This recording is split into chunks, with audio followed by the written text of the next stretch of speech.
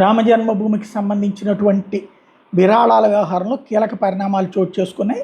మందిరంలో భక్తులు సమర్పించిన విరాళాల దుర్వినియోగం, అపహరణ ఆరోపణల కేసులో 8 మంది మీద ప్రత్యేక ఎఫ్ఐఆర్ జారీ చేశారు. టిన్ను యాదవ్, అన్కల్ప్ మిశ్రా, లవకుష్ మిశ్రా, మనీష్ యాదవ్, సుభాష్ శ్రీవాస్తవ్, అవినాష్ శుక్లా, కరుణేష్ పాండే, రామశంకర్ మిశ్రా. శ్రీరామ జన్మభూమి పోలీస్ స్టేషన్లో ట్రస్ట్ సభ్యుడు కృష్ణమోహన్ ఫిర్యాదు మేరకు సిట్ ప్రాథమిక నివేదిక ఆధారంగా కేసు నమోదు చేయబడింది.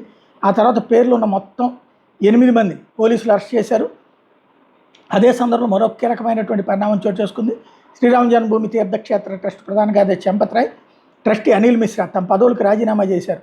విషయం ఏంటంటే వీళ్ళే అక్కడ కొంచెం ఎవరు అక్కడ రామభక్తులు లేకపోతే వీళ్ళ స్టాఫ్ వాళ్ళ బంధువులను ఎవరైనా తెచ్చుకుని ఉద్యోగం అడిగితే ఇచ్చేవాళ్ళు. వాళ్ళు ఏమీ దురుద్దేశంతో చేయలేదు, బాధ్యతగా ఉంటారు. అక్కడ డబ్బులు దుర్వినియోగం అయ్యే అవకాశం ఉందంటే అట్టెట్ట ఉంటుంది, మన వాళ్ళని నమ్మకపోతే ఎట్లా అన్నారు.